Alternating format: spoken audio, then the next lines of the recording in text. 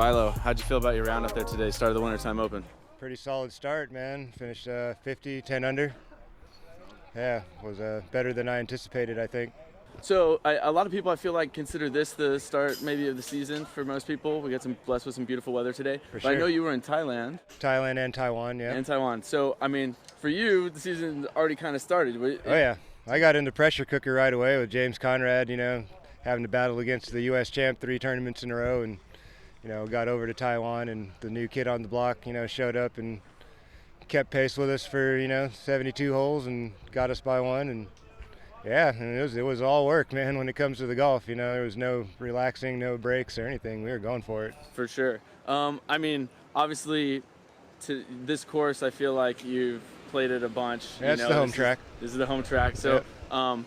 How'd you feel about the layout today? I know it was like very similar to last year. Right. There's a couple changes, but what did you think was like the easiest hole that's a must get, and maybe what's the hardest hole for you today? Oh, man. Well, Dad, definitely the changes happened, due to some city taking back some land. They've been trying to do that for a while, and it altered some of our holes. But I really don't think it did much for course or score separation, because the holes that they took away were kind of easier par fours. We added a small island green, which is kind of the easiest hole on the course, I would imagine. And it's pretty straightforward, nothing in the way. And I think the hardest hole has always been hole 18. 6 to 8, is, I guess, hole 6 is a really tough shot off the tee. If you don't get good placement, that second shot can be pretty daunting. And it's the same with 18, but with all the OB and the Mando, I think 18 is a little bit harder. Sure. I mean, I played the AMs last week, and 5, I mean, I just felt like there was no line on that at all. And I was following the card, and these guys are taking way different lines than I was seeing, and I'm just like seeing this tunnel with all the OB. But I was struggling with that one mightily. Hole 5 seems like a mid-range off the tee and land just before the road in front of you, and then you can either go flick or backhand onto the green. So it doesn't seem that difficult to me. And the start of this season going forward, I mean, how's the bag different than last season? You're rocking the same stuff? Have you been mixing it up? Little tiny changes here and there. For the most part, it's the bread and butter of my game. Rocks, destroyers, Firebirds, classic AVRs. Haven't been really using much T-Bird recently. Every once in a while, if the course, has a fairway driver shot, I'll put it back in. But recently, there hasn't been many fairway driver type shots in the game plan, so those are out. I kind of been rotating more wraiths into the game.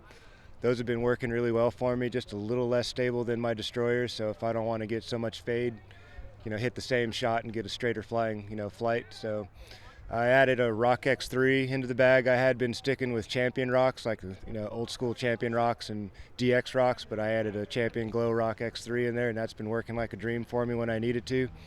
Other than that, it's been pretty much the same. Nothing too crazy. Actually, I'm working in some Millennium discs in the bag, so I haven't really got them all dialed in yet, but I'm excited to give them a crack and see what happens. Cool. And someone who's a lower rated player like me and am coming up, what's the best advice to not only shaving strokes but maybe getting that rating a little higher?